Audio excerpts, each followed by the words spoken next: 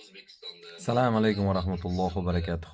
diniga amal qilib, Akalar, ukalar, opalar, singillar, подписчикlar. Navbatdagi qismga xush kelibsizlar. ta'minoti ulul amri zimmasida. Ko'ring va tomosha qiling. Agar davlat qilmasa gunohkor. Yana bitta maqtanish niyat, maqtanmoqchiman. Endi aslida unaqa birorta matn yo'q. Biror dona matn yo'q. Maqsad sistemada yashashga aytilgan. Musulmonlar sistematik bir qonunga amal qilib yashashligini aytilgan. Agar xalifalik vojib yoki farz bo'lganda edi, payg'ambar alayhissalotu vassalom buni ochiq oydin aytishlari kerak edi. Aytmaganlar, ijtihodiy masala bo'lib qolgan.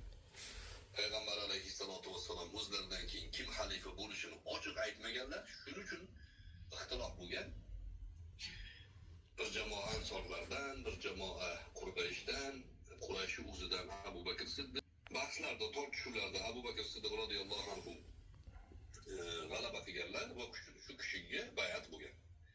Undan keyin Hazrati Abu Bakr Siddiq radhiyallohu anhu Umarni tayinlaganlar. Ham bo'lasan deganlar, shu bilan shu kishi qolgan. Bu ham ijtihodiy masala bo'lganligi uchun buni nima deyiladi? Bir kishi ikkinchisini tayinlasa, ijmo-i sukuti deyiladi. Qolganlar sukut qilgan. Yo'q, ular pichoqlanganlarida kelib so'rashgan. Xuddi Abu Bakrga o'xshab bir kishini qo'yib bering deganda, "Ya Rasululloh qilmagan ishni qilmayman" degan. Chunki Abu Bakr qilgan ishni qilishlari mumkin, Rasululloh qilmagan ishni qilmaslikni tanlashlari mumkin. U kishi Rasulullohning ishini tanlaganlar. Rasululloh tayinlamadilarki xalifani. Falonni 5 o'zi xalifaning vazifasini nima edi o'zi?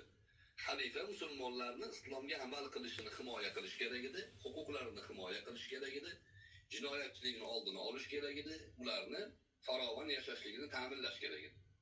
Askariy quvvatdan himoya qilish kerak edi.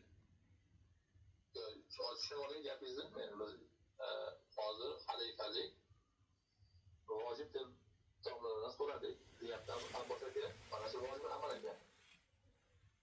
Mana shu vojib amalni kim qilish kerak degan yerga to'xtalib qoldik kelamiz. O'sha xalifalik degan narsa asos emasda. U aytayotgan gap to'g'ri emas o'zi.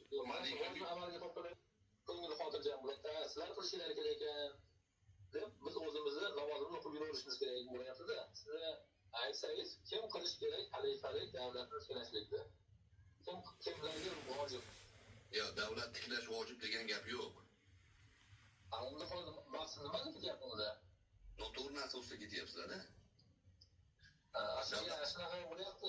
Mana shu yerda xalifalik davlatni tiklashlik bir amal bo'lsa, mana shu amal